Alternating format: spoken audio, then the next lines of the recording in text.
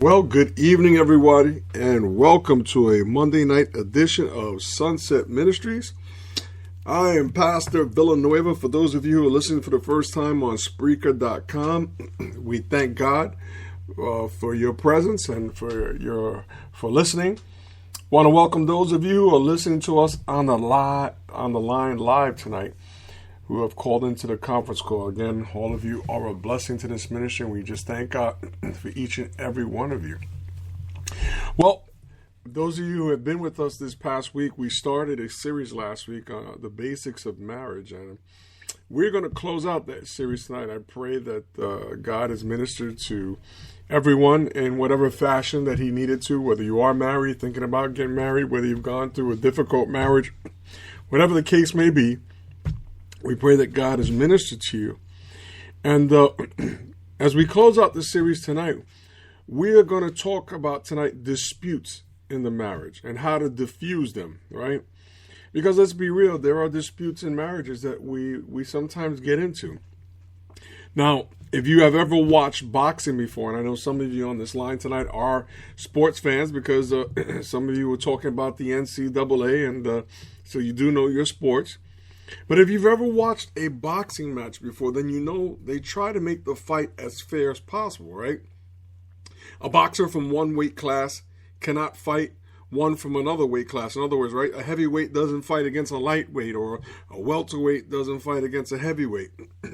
And they have a referee who is there to make sure that they follow the rules, that no one hits below the belt or does anything else that would give them an unfair advantage over the other fighter. And while there are some exceptions, most people watching a boxing match would say that the fight was a fair one, regardless of who ended up as the winner. But sadly, it's often not like that in a marriage. Often one spouse is better than the other at debating or at manipulation or some other technique that seems to give them an advantage over the other one. They might end up winning the fight, but they end up damaging the marriage. So tonight I want us to take a look at some facts about conflict, and then at some ways to diffuse conflict in the marriage. Because there's nothing worse than going through your marital relationship with unresolved conflict and the pain that comes along with it. Now, first, quickly, some quick facts about conflict. First of all, conflict is normal. We talked about that before. We come into the marriage with differences. We're different. We bring in different ways of thinking. The men and the women, we're made different by default. God has made us different. Conflict is normal. There are going to be conflict in a marriage. That's the reality. I hate to say it. I wish, listen, that wasn't God's design for it, right? In the Garden of Eden, that wasn't his design for it. But because sin that has taken over the world, there are conflicts in a marriage. Number two, conflict is an opportunity for growth. We learn from that conflict. You know, sometimes in conflict, things come out, things that we learn about one another, and it's an opportunity for growth. We grow from it. We learn to forgive. We grow from the arguments, the discord. We grow from it. So it is an opportunity for growth, and that's how we should look at it. Number three, conflict must be diffused or it eventually will destroy. If you don't learn to diffuse the conflict when it started and it continues and there's no end to it, eventually it will destroy the marriage. That's a reality. I don't care, how long you've been married. If conflict arises that's not taken care of, eventually it will destroy. And number four, conflict demands rules so that no one gets hurt. Similar to a boxing match, there have to be rules, parameters that we don't cross. One of the number one rules that I make sure in a marriage when I'm counseling, there can't be any physical things going on. If a spouse, whether it's the wife hitting the husband or the husband hitting the wife, that is totally unacceptable. There has to be boundaries. There has to be rules. We can't go, conflict is not about beating down your mate intellectually as well. So again, there has to be rules that we maintain our boundaries so that one or the other doesn't get severely hurt. Now, I want to talk to you how to diffuse conflict in the marriage.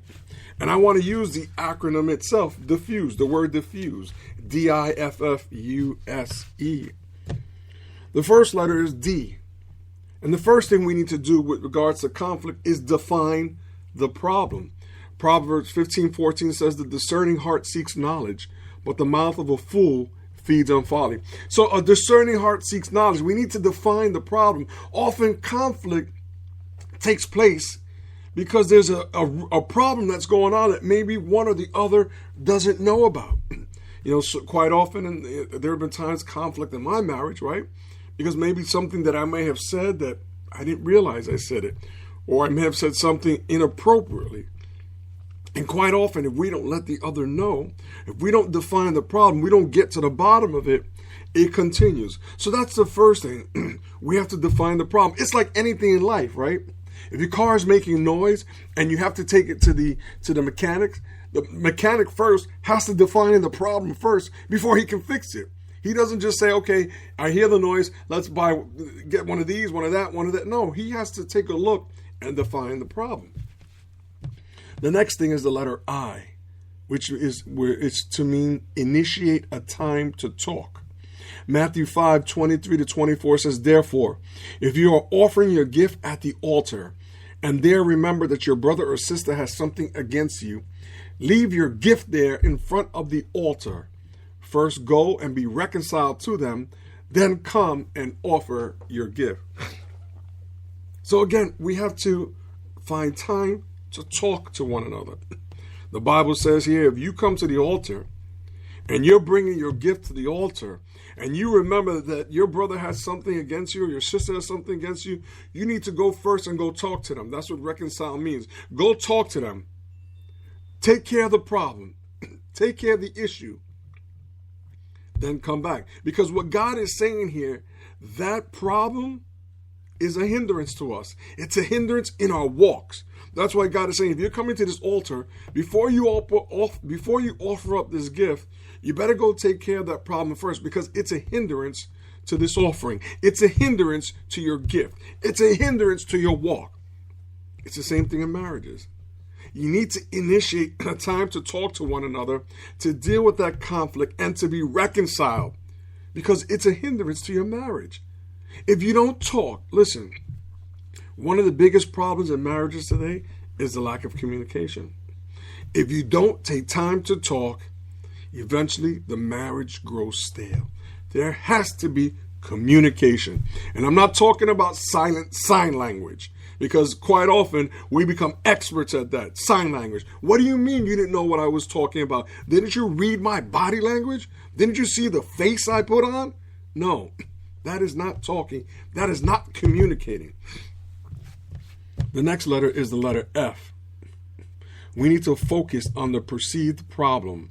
Proverbs 18:19 says, a brother wronged is more unyielding than a fortified city. Disputes are like the barred gates of a citadel. We need to focus on the problem. Quite often, we get sidetracked. If your wife is saying there's a problem with the way you talk, if your husband is saying there's a problem the way you discuss things or the way you talk to him, you need to focus on that problem.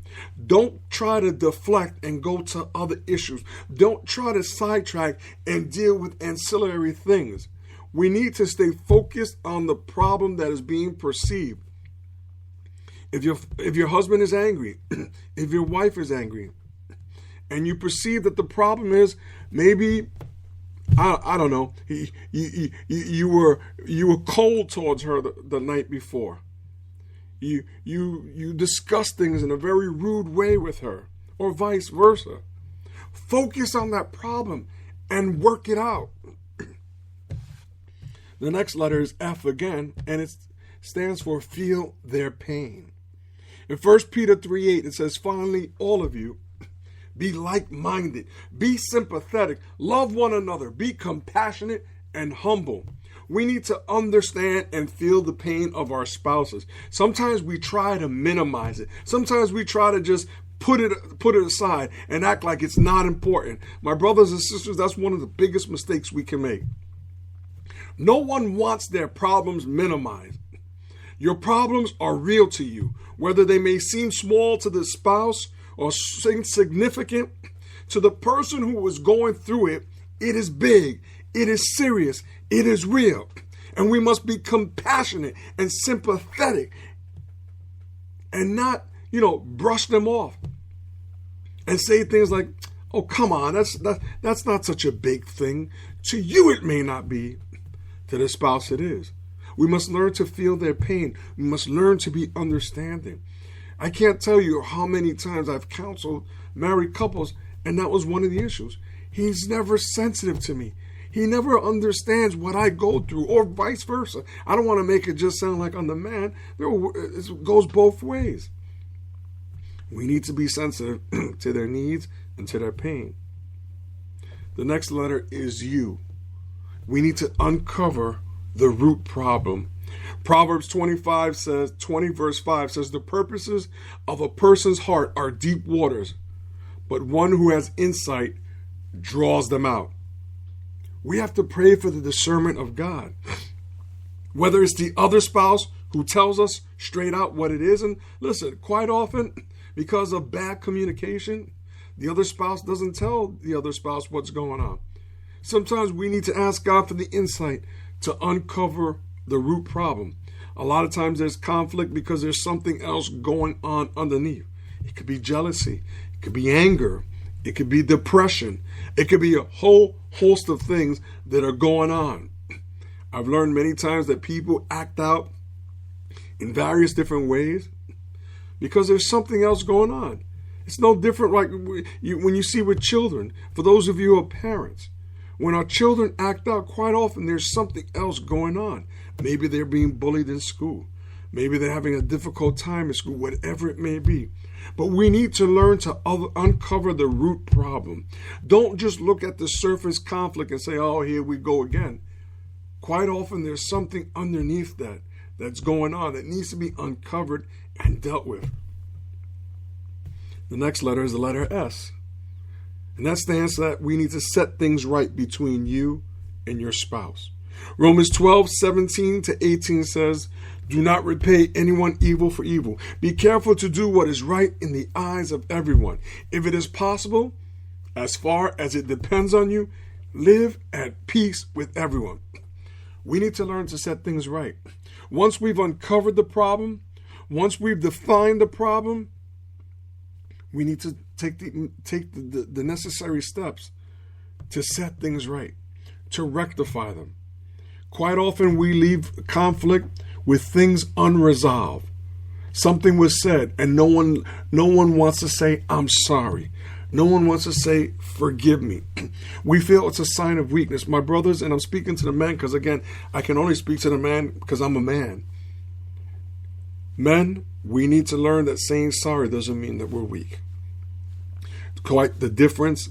To say sorry and to know when to say sorry is probably the greatest signs of strength a man can show. Because here's the reality. We're not always right. We're not always perfect.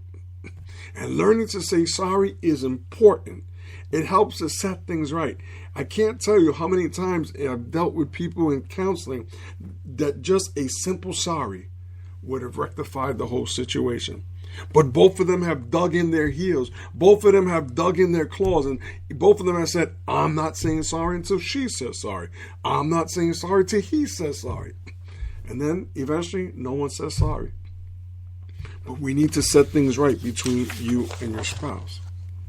And then the final one is the letter E. You need to establish a specific action plan. Hosea 4:6 says, "My people are destroyed from lack of knowledge." And that goes for everything in life. That goes for marriages too. I've counseled people, and one of the things that I learned a long time, and I use it in my counseling sessions, and I tell couples, is to put together a fire drill plan. Right? When we are in buildings or in school, we quite often, I'm sure many of you remember, we had fire drills. And what was the purpose of a fire drill? The fire drill was to remind us or get us ready in the event of a real emergency. what we're supposed to do, where we're supposed to go, and how we're supposed to respond. And I submit to you, you can establish a fire drill plan for your marriage as well. Establishing a specific plan when things are going wrong, when there's a conflict about to arise. How do you deal with that fire? How do you take the steps to put out that fire? Quite often, sometimes, as for us men, we're quick to say things. Part of that action plan is to say, you know what? When this happens, I'm not going to do this. Sometimes for a woman, they're quick to say things as well or respond. My daughter, oh my gosh, I tell you, thank God. I tell my daughter time, you need to really thank God every night before you go to bed that your daddy loves the Lord. Because when you roll your eyes at me, it takes all of me to bite my fingers, not to want to whack you across your head. We do things like that. And we send signals to the other person. And that's part of establishing that action plan, that fire drill plan. So when these things arise, when these conflicts arise, we're able to deal with them in an appropriate manner. And when we follow those plans, we'll learn to see eventually that we put out the fire. It starts to smolder. We put it out before it becomes a roaring flame. And that's the goal. So as we come to a close tonight, the reality is that there is no perfect marriage. Let me say that again. There is no perfect marriage. I'm married 21 years, going on 22. By far, it has not been a perfect marriage. And not because my wife is someone horrible or I am, but we're human. We make mistakes. We sometimes say things we ought not to. It doesn't mean that our marriage is not still filled with love, but by far, it is not a perfect marriage. There is no perfect marriage. God, when he designed the covenant between Adam and Eve, it was meant to be perfect.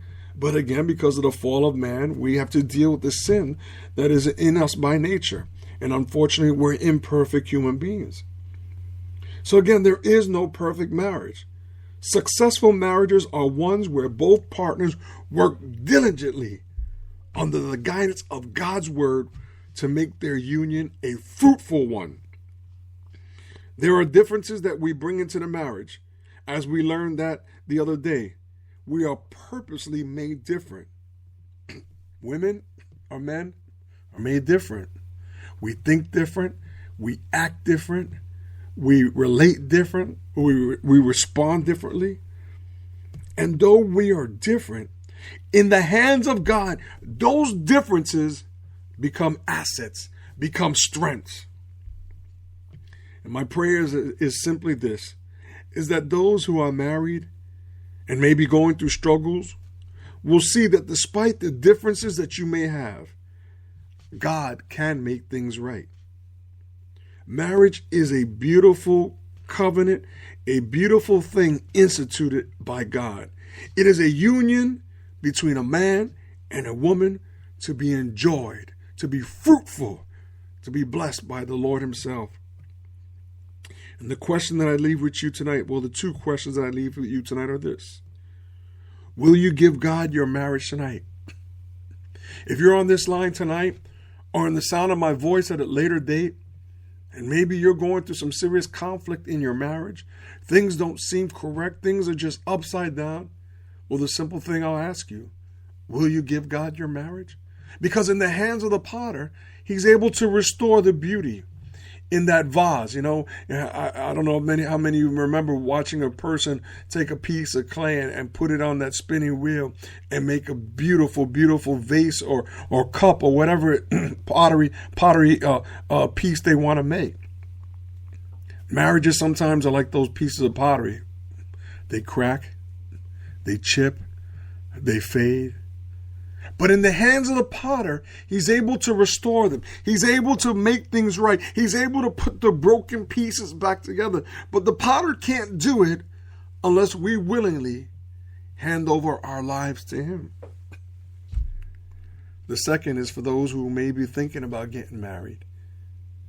Maybe you're saying, God, I'm looking for a mate, or maybe you might be engaged and you're planning out your wedding now.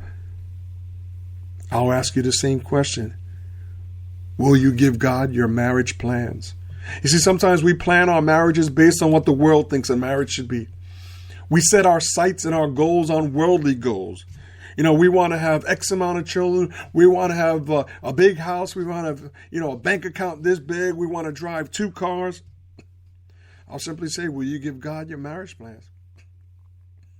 Maybe God's plan for you is not to have that big house. Maybe God's plan is not for you to have children. Whatever God's plans is, I'll tell you right now. I'll tell you what one plan that he does have for you. If you allow him, his plan is to make your marriage a beautiful one, a happy one that is blessed by him, one that is covered by him, one that is protected by him. Will you give God your marriage plans? Because in the hands of the potter, as I said before, broken things are made whole again as we come to a close tonight in prayer.